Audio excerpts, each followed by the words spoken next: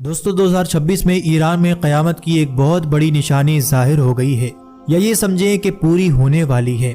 नबी करीम सल्लल्लाहु अलैहि वसल्लम ने आज से 1450 साल पहले ईरान के बारे में, ईरान के खित्ते के बारे में ये पेशनगोई पहले ही फरमा दी थी कि एक वक्त ऐसा आएगा, और अब शायद लगता है कि 2026 में वो वक्त आ गया है। वो क्या बड़ी निशानी है जो ईरान में इस वक्त ज़ाहिर हो चुकी है, जिसके असरात नजर आते ही पूरी दुनिया में तहलका समझ जाएगा। आज का ये वीडियो हर मुसलमान के लिए बहुत खास होने वाला है, इसको एंड तक जरूर देखिएगा।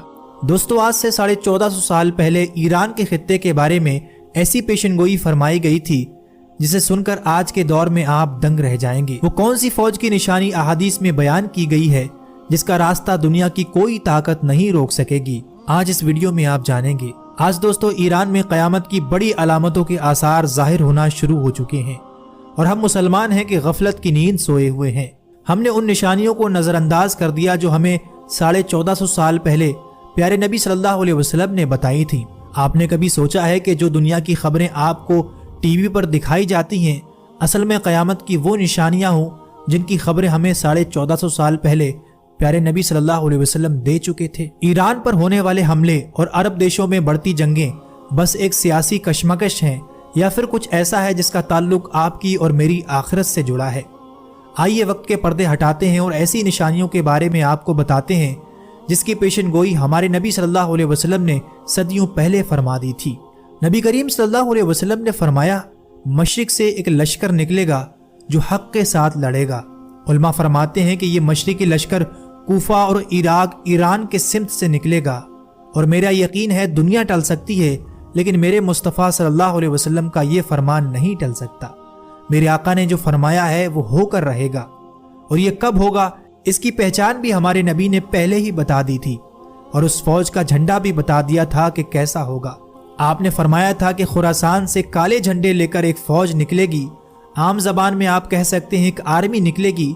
ये फौज कोई आम फौज जैसी नहीं होगी क्योंकि खुरासान का एक बड़ा हिस्सा फारस में आता था जो आज का ईरान है। फिर अफगानिस्तान, उज़्बेकिस्तान, तजाकिस्तान, तुर्कमेनिस्तान और सेंट्रल एशिया के भी कुछ हिस्से उसमें शामिल हैं, जिसको पुराने ज़माने में खुरासान कहा जाता था। नबी सल्लल्लाहु अलैहि वसल्लम ने आगे फरमाया कि क़यामत के करीब काले झंडे लेकर एक फ़ौज निकलेगी और वो इतनी तेज़ी से बढ़ती हुई बैतुल मुक़द्दस की तरफ आएगी कि दुनिया की कोई ताकत और हुकूमत उनका रास्ता नहीं रोक सकेगी, और वो सीधा झंडे लाकर बैतुल मुक़द्दस में इलिया नामी जगह के ऊपर लाकर गाड़ देंगे। आगे हुजूर सल्लल्लाहु अलैहि वसल्लम ने अपने उम्मत के एक हिस्से की और निशानी बताई। आपने फरमाया, मेरी उम्मत का एक हिस्सा क़यामत तक बातिल से लड़ता रहेगा और उनकी मुखालिफत करने वालों का उन पर कुछ असर ना होगा यहाँ तक कि क़यामत ना आ जाए। ये पेशनगोई आज किस देश और किन लोगों के ऊपर फिट बैठती है, इस 2026 के हालात देखें।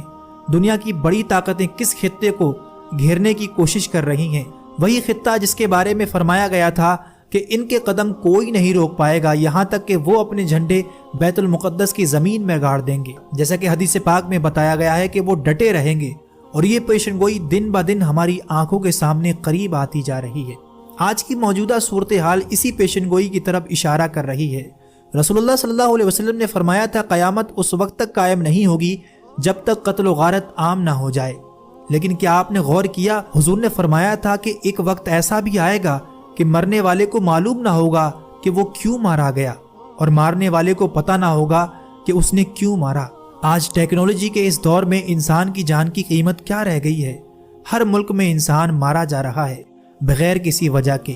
ये जंगी कत्ल व गारत, टेक्नोलॉजी से लैस आर्मी, ये सब क़यामत से पहले की खबरदार करने वाली निशानियां ही तो हैं। ये वाक़यात महज खबरें नहीं बल्कि बेदारी का पैगाम है। वक्त का पर्दा सरक रहा है और निशानियां एक एक करके पूरी हो रही हैं।